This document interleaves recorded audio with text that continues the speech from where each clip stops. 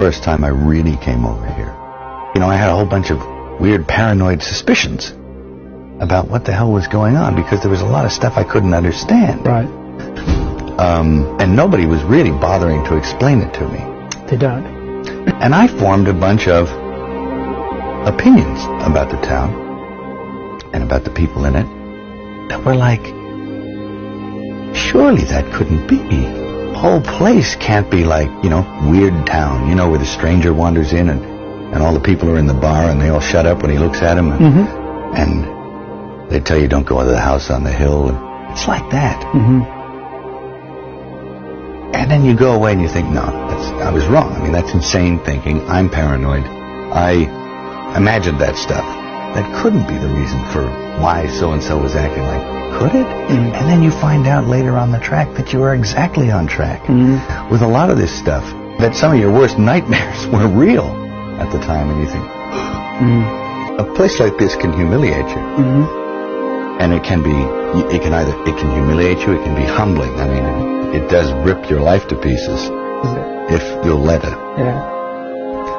And it's always pounding at the walls. These little guys, these little heathens with no soul downstairs with horns on their head. You can't get mad.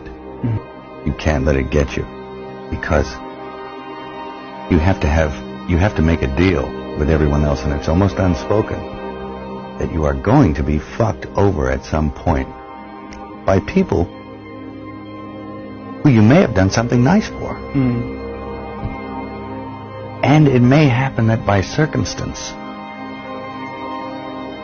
or even very purposefully, and I've often felt it. I've sat there, and I have felt the knife slip firmly in between my shoulder blades and tried to have it shoved through the other side through my heart.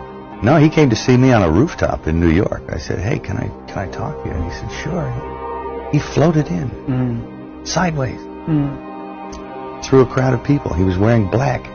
And it was like one of those old vampire movies where they don't walk, but they glide. The air had turned cold. And then he left, and I wanted to leave. And because I knew that I didn't want to work with him. And he was getting scary. And then I turned around, and it was on top of the Peninsula Hotel. I turned around to avoid his steady gaze at one point.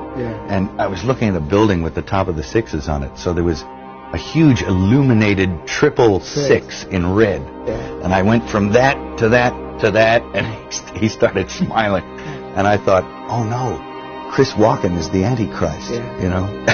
I'll think, Walken, and you'll resent it for a little while, and you have to let it go. Otherwise, you'll eat yourself alive.